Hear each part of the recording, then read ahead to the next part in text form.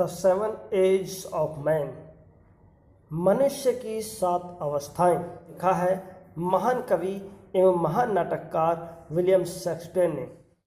तो आइए stage number 1 से शुरुआत करते हैं। All the world's a stage, पूरा संसार एक रंगमंच है। स्टेज मीन्स होगा रंगमंच। And all the man and women merely players, सभी मनुष्य यानी स्त्री और पुरुष केवल एक पात्र हैं। प्लेयर्स होता है पात्र और मेयरली मीन्स होता है केवल। They have their exits and their entrances, वे सभी यहाँ आते हैं और अपना अपना किरदार निभाकर चले जाते हैं। एंट्रेंस होगा आना और एग्जिट्स होगा चले जाना। And one man in his time plays many parts, और एक व्यक्ति अपने जीवन में बहुत सारे किरदार निभाता है। हिज एक्ट्स बीइंग 7 एज, और उसको अपनी ये अवस्थाएं मंच पर 7 अवस्थाओं में निभानी होती हैं। स्टैंजा नंबर 2 की बात करेंगे। स्टैंजा नंबर 2 जो पहली अवस्था को दर्शाता है। एट फर्स्ट द इन्फेंट, जो पहली अवस्था होती है वो कैसी होती है? शिशु अवस्था होती है। इन्फेंट मीन्स शिशु अवस्था। Mewling and puking in the nurses arm, जो बच्चा नर्स की हाथों में या बाहों में चिल्लाता हुआ और उल्टियाँ करता हुआ अपनी उपस्थिति दर्ज कराता है। म्यूलिंग होता है चिल्लाना और प्यूकिंग होता है उल्टियाँ करना। And then the whining school boy, और उसके बाद में जो एक भूमिका आती है वो शिकायती स्कूल के बच्चे की आती है। With his satchel and shining morning face, जो कि एक सुबह के समान चमकते हुए चेहरे के साथ में अपने बस्ते के साथ शिकायती लहजे में स्कूल को जाता है। Creeping like snail unwillingly to school, जो कि स्नेल के समान क्रीप करते हुए यानी कि रेंगते हुए अनविलिंगली अनिच्छा से स्कूल के लिए जाता है। एंड देन द लवर, तीसरी अवस्था जो आती है वो एक प्रेमी की आती है जो अपनी प्रेमिका से प्रेम करता है। साइन लाइक ए फर्नेस, और गर्म भट्टी के समान उसकी यादों में आहें भरता है। विद वोफुल बैलेड, एक दुख भरे गीतों के साथ में गाते हुए वो आहें भरता है। Made to his mistress eyebrow, और अपनी प्रेमिका के बारे में सोचते हुए उसके विभिन्न जो चेहरे के पार्ट्स होते हैं उनकी जो है वो प्रशंसा करता है। Stanza number 3 then a soldier, जो चौथी अवस्था आती है वो एक सिपाही की होती है। सोल्जर्स में सिपाही। फुल ऑफ स्ट्रेंज ओथ्स, जो विचित्र प्रतिज्ञाओं से भरा हुआ होता है। स्ट्रेंज मीन्स विचित्र, ओथ्स में प्रतिज्ञाएं। एंड बेयर्डेड लाइक द पार्ट, और जो है वो जो तेंदुआ होता है, पार्ड मीन्स लेपार्ड होगा, तेंदुआ तेंदुए के समान दाढ़ी वाला होता है।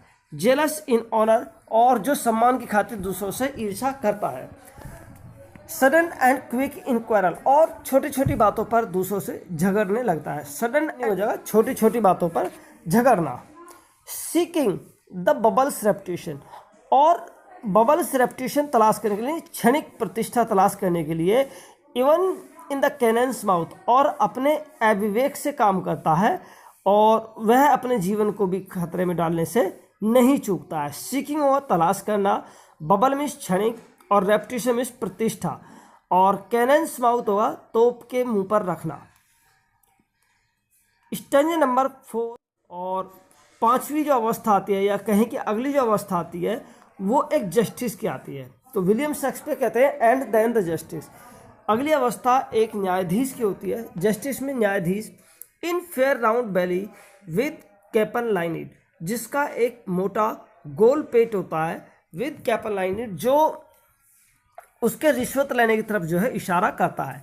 कैपन मीन्स होता है मोटे पेट वाला मुर्गा या खाने वाला मुर्गा, तो रिश्वत लेने से यहाँ पर दर्शाया गया है।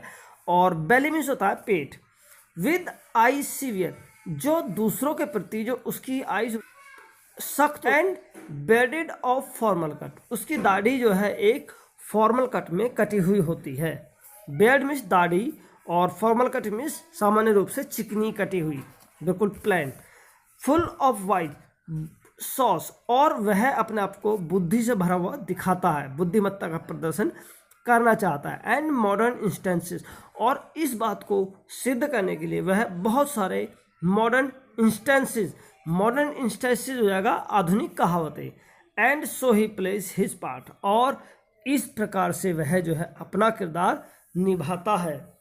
स्टैंजा नंबर 5 और लास्ट होगा द सिक्स्थ एज शिफ्ट्स, जो छठी अवस्था होती है वो बदल जाती है। शिफ्ट्स मीन्स बदल जाना।